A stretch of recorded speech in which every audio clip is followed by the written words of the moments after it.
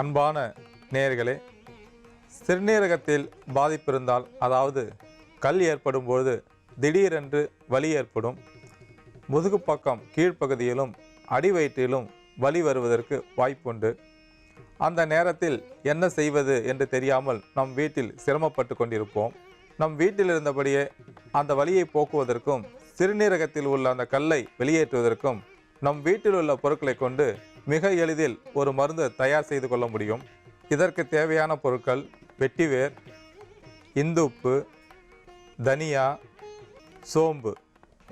வெட்டிவேர் உடலுக்கு குளிர்ச்சியை கொடுக்கக்கூடியது, இரத்தத்தை சுத்தம் செய்யக்கூடியது, சிறுநீரகத்தில் உள்ள பாதிப்பை சரி செய்யக்கூடியது.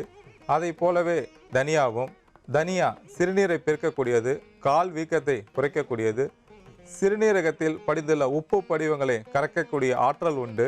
சோம்பிற்கும் அதே தன்மை, நீரை பெருக்கக்கூடியது, கல்லடைப்பு, சதையடைப்பு போன்ற பாதிப்புகளை தீர்க்கக்கூடிய ஆற்றல் உண்டு. ஆகையால் இந்த பொருட்களை கொண்டு ஒரு மருந்து தயார் செய்து நம் வீட்டில் இருந்தபடியே சிறுநீரக பாதிப்பிலிருந்து மீளலாம்.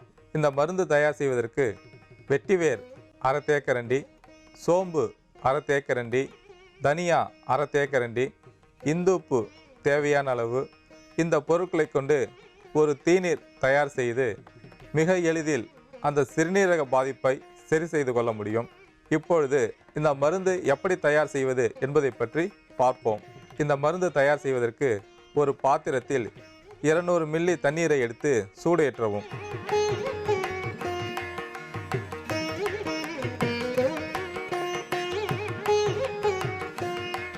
நீர் லேசாக சூடேறும் சமயத்தில் அரை தேக்கரண்டி வெட்டிவேர் சேர்க்கவும்.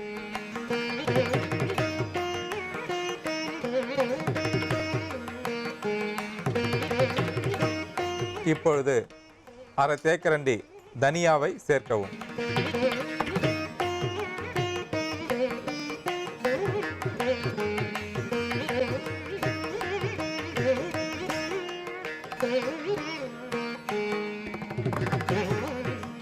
இப்பொழுது சோம்பு அரை தேக்கரண்டி சேர்க்கவும்.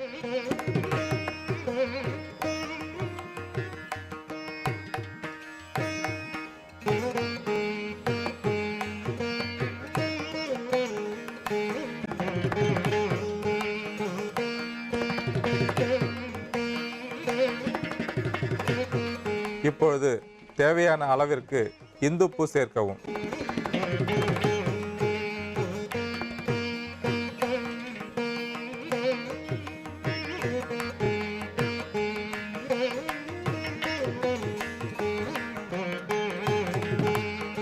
இந்த தீநீர் தயாராகிவிட்டது. இப்பொழுது வடிகட்டி எடுத்துக்கொள்ளலாம்.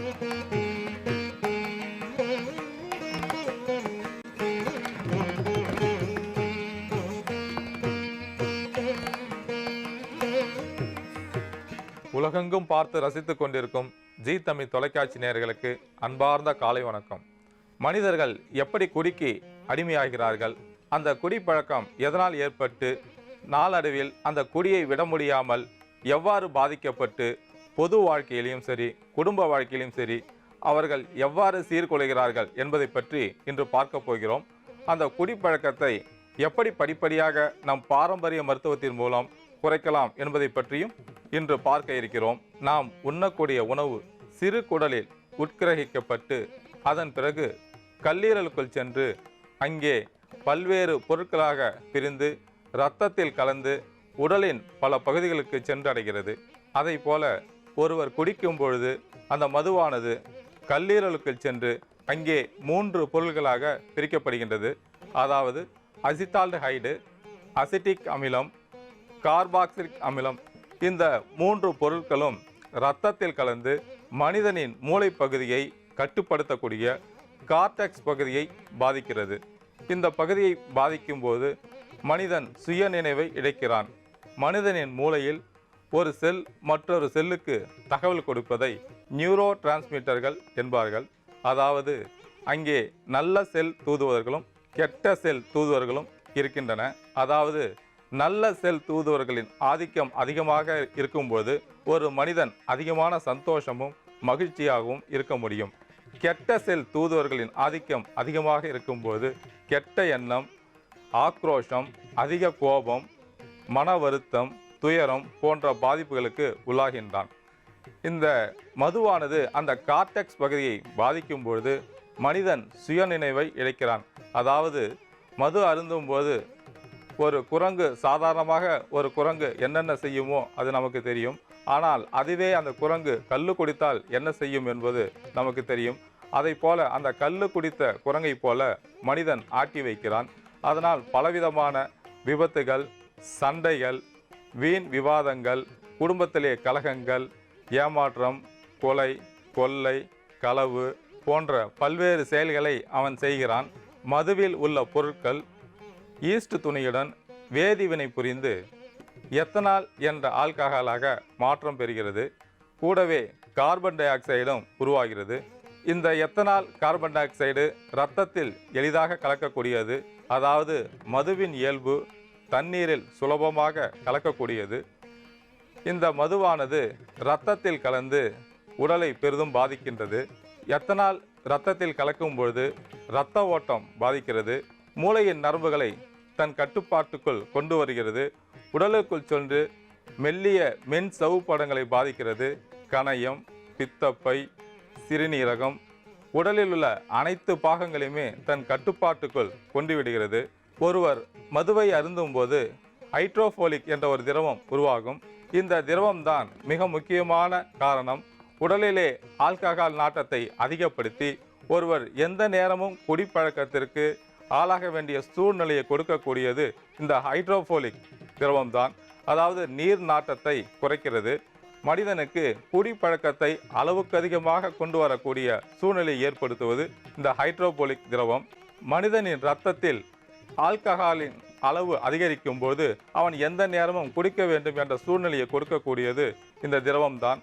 கார்டெக்ஸ் பகுதி பாதிக்கப்படும் போது அங்கே கெட்ட செல் தூதுவர்களின் ஆதிக்கம் அதிகமாகிவிடும். அதனால் அந்த மனிதன் எப்போதும் குடிக்க வேண்டும் ஒரு எண்ணத்துடன் இருக்கின்றான்.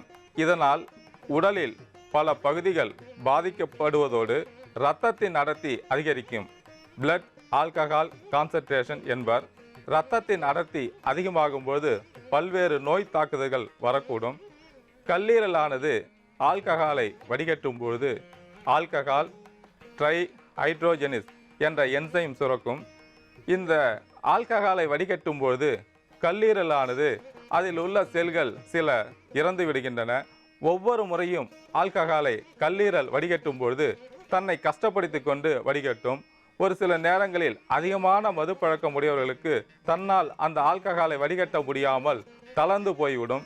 இதனால் மது அதிகமாக அருந்துபவர்களுக்கு கல்லீரல் பாதிப்பு இவ்வாறாக ஏற்பட்டு உடலின் பல பகுதிகளும் பாதிப்படைவதற்கு இந்த ஆல்கஹால் மிக முக்கியமான காரணமாக இருக்கின்றது. ஒரு மனிதன் அதிக அளவில் ஆல்கஹாலை பருகும்போது உடல் பலவிதமான நோய் தாக்குதல்கள் ஏற்படுத்துகின்றது. கல்லீரல், மண்ணீரல், கணையம் போன்ற பல பகுதிகள் மிகுதியாக பாதிக்கப்பட்டு ஆரோக்கியம் குறைவுபடுவதோடு அவன் ஆயுளும் குறைவாகும். அது மட்டுமல்லாமல் வீட்டிலே நிம்மதி கிடையாது, பொது வாழ்க்கையிலும் நிம்மதி கிடையாது.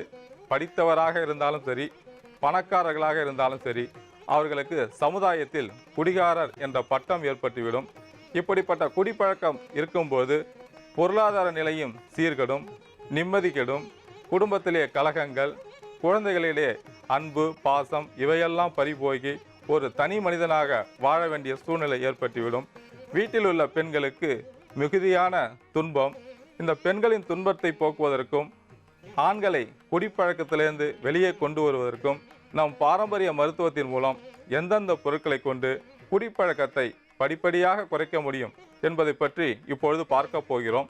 இந்த குடிப்பழக்கத்தை அறவே ஒழிப்பதற்கு நமக்கு தேவையான பொருட்கள் மிளகாய் செடி, கருப்பு எள்ளு, அமுக்கரா கிழங்கு, நீர்முள்ளி விதை மற்றும் லவங்கப்பூ, லவங்கப்பட்டை. இந்த மிளகாய் செடியை நாம் அனைவரும் பார்த்திருப்போம். பச்சை நிற காய்களையும் பழுத்தால் சிவப்பு நிறத்திலும் இருக்கும்.